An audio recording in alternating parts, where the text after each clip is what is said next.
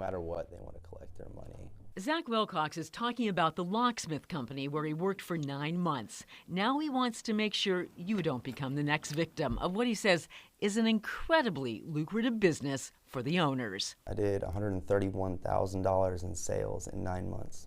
Zach said he was trained to never unlock a car door for less than $250, which is about 3 times the normal price. A sticker shock to customers who he said had been promised over the phone that the job would most likely cost no more than $80. They tell you they won't be able to give you an exact quote until they get there.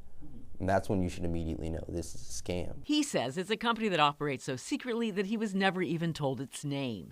He said he was paid by Cash App, and the company, which he said has Israeli connections, advertised for customers by buying dozens of ads on Google, often using different names in many of the ads, but all linked to the same dispatch service.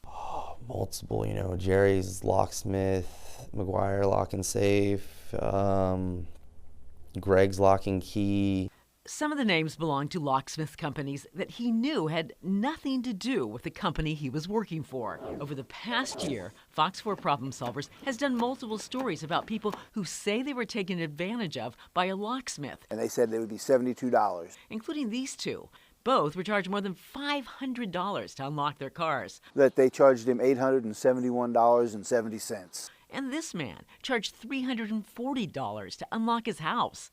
Finding out who's behind these questionable locksmith companies is nearly impossible. Often the only receipt people have just says locksmith with no company name. And when we try to call the number they called for answers, and they hung up. Zach is the first person we've met who actually has some insights to how at least one of these locksmith companies work. He said the man he worked for was Ron Malka. Although Zach was never given a company name, Ron is listed with the Secretary of State's office as the registered agent of Locksmith Near Me.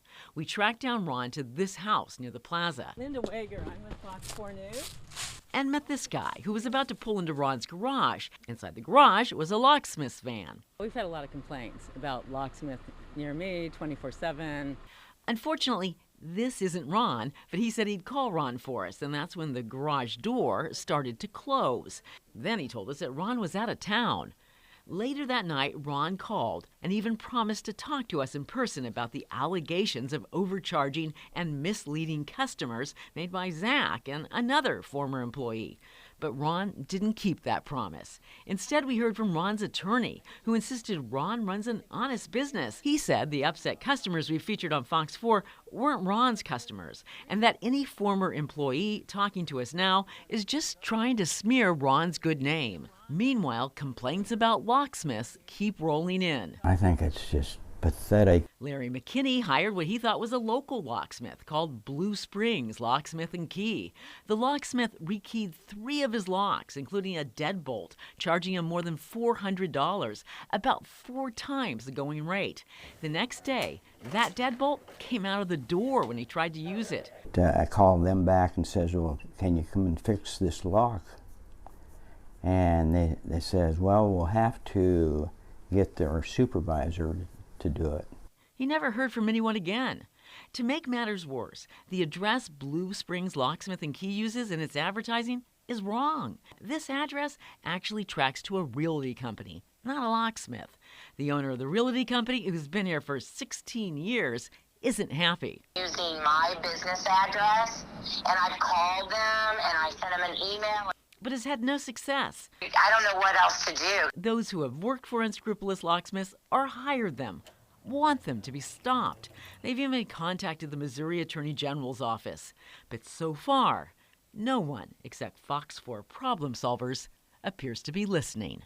If you believe you've been taken advantage of by a locksmith, file a complaint with the Missouri Attorney General's office and dispute the charge with your bank or credit card company. Meanwhile, keep the name of a legitimate locksmith on your cell phone. Whatever you do, don't just Google.